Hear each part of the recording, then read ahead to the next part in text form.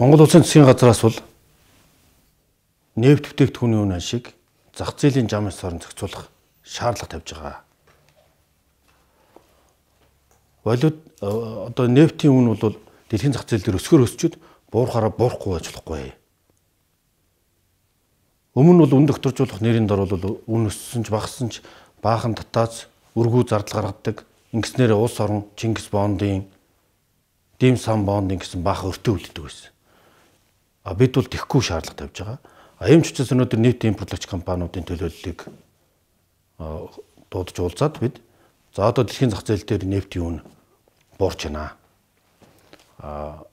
11 сарын 26-нд үнэ нэрсэн байна. Одоо 12 сарын таталт буюу 12 сарын сүүлээр ихэд нефтийн бүтээгдэхүүний Монголд нийлүүлэх нь бол буурах нэ 10 орчим хувиар. Энийний дагуу үнэ буулгаа гэдэг одоо шаардлагыг тавьсан. Энэ асуудлаар ярилцсан. Үнэхээр одоо хүндрэлтэй байдал бий болоод валютын ханш өссөн. За одоо 12 сарын таталт бол 12 сарын сүүлээс орж ирнэ. Тэгээ үн буурах бодит нөхцөл байдал нь он дөнгөж гарамгц хэрэгжинэ. Эсвэл оны хамгийн шахлаахад оны эцсээр үн буурах ийм чиг хандлагатай байгаа нь бол үнэн.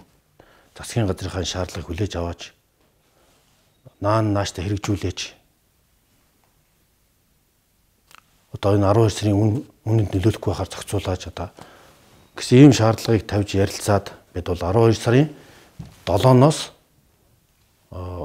А92 бензиний үнийг 100 төгрөгөөр одоо буулгах гар үндсэндээ зарчмын хувьд тохиролцлоо. Нефт импортлогч аж ахуй нэгжүүд маань үнийг хэрэгжүүлнэ гэдэгт итгэж байна.